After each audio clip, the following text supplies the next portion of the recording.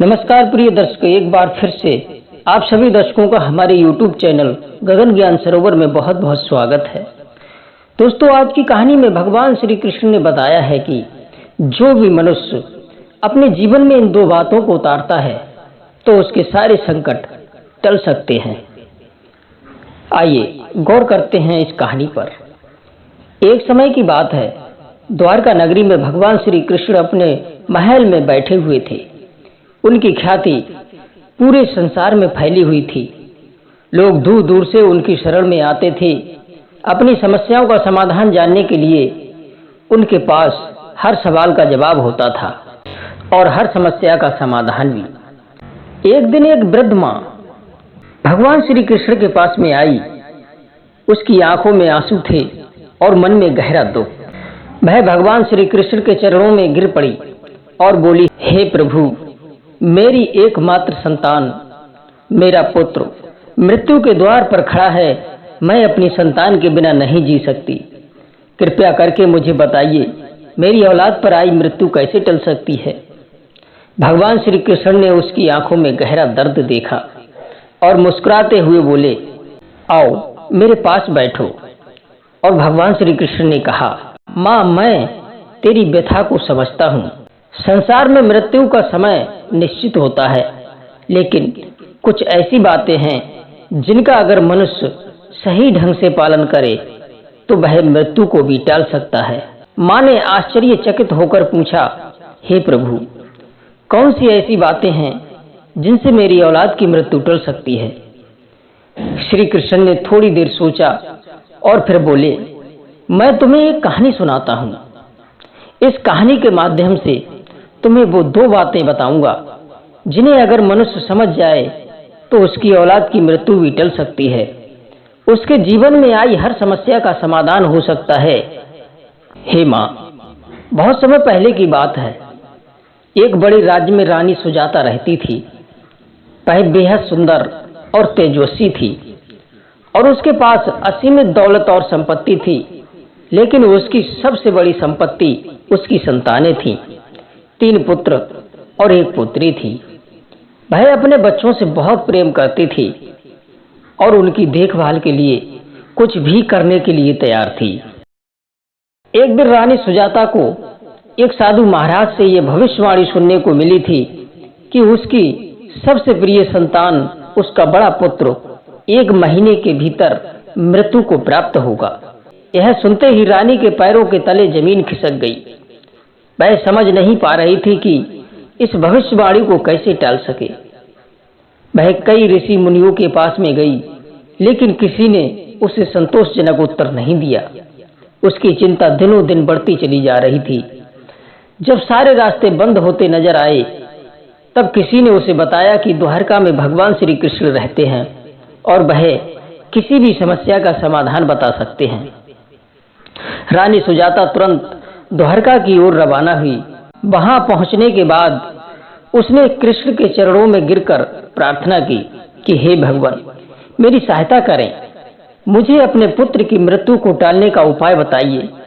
भगवान श्री कृष्ण ने उसे शांतिपूर्वक सुना और कहा, रानी, जीवन और मृत्यु परमात्मा के हाथ में है, लेकिन यदि मनुष्य सही मार्ग पर चले और कुछ महत्वपूर्ण बातों को समझे तो वह ईश्वर से भी आशीर्वाद पा सकता है। मैं तुम्हें एक गहरी बात बताऊंगा जिसे समझकर तुम अपनी औलाद को बचा सकती हो।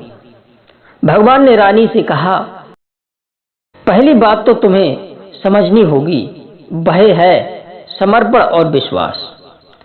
जब तक तुम्हारे मन में संदेह और भय बना रहेगा, तब तक तुम किसी भी संकट से मुक्ति नहीं पा सकती हो। तुम्हें अपनी चिंताओं और भय को मेरे चरणों में समर्पित करना होगा।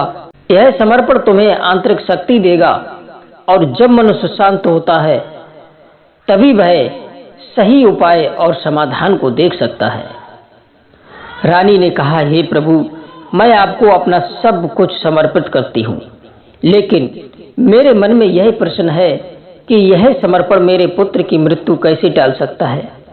कृष्ण मुस्कुराए और बोले कि हे रानी, समर्पण का मतलब यह नहीं है कि तुम हाथ पर हाथ रख करके बैठ जाओ। इसका मतलब ये है कि तुम अपने कर्तव्यों का पालन करते हुए ईश्वर पर पूरा विश्वास रखो। जब तुम्हारे मन में संपूर्ण विश्वास होगा तो तुम्हारी चिंताओं का बोझ हल्का हो जाएगा और तुम सही रास्ता देख सकोगी।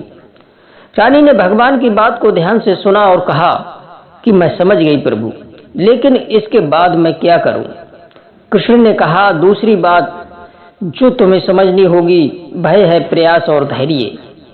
संसार में कोई भी संकट केवल समर्पण से नहीं टलता। मनुष्य को अपना प्रयास भी करना होता है। तुम्हें अपनी संतान के लिए हर संभव उपाय करना चाहिए, लेकिन साथ ही धैर्य रखना होगा।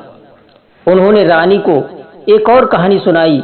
एक बार एक मछुआरा था जो समुद्र में मछलियां पकड़ने गया था। अचानक एक तूफान आ गया और उसकी नाव डूबने लगी। उसने तुरंत भगवान को याद किया और कहा कि हे भगवान, मुझे बचाओ। लेकिन साथ ही साथ उसने अपनी नाव को बचाने के लिए हर संभव प्रयास किया। उसने नाव को ठीक करने का प्रयास किया, किनारा ढूंढने की कोशिश की और अंत में उसकी प्रार्थना और प्रयास दोनों रंग लाए और वह तूफान से बच गया। भगवान ने कहा, इस कहानी का अर्थ यह है कि केवल प्रार्थना और समर्पण से काम नहीं चलता।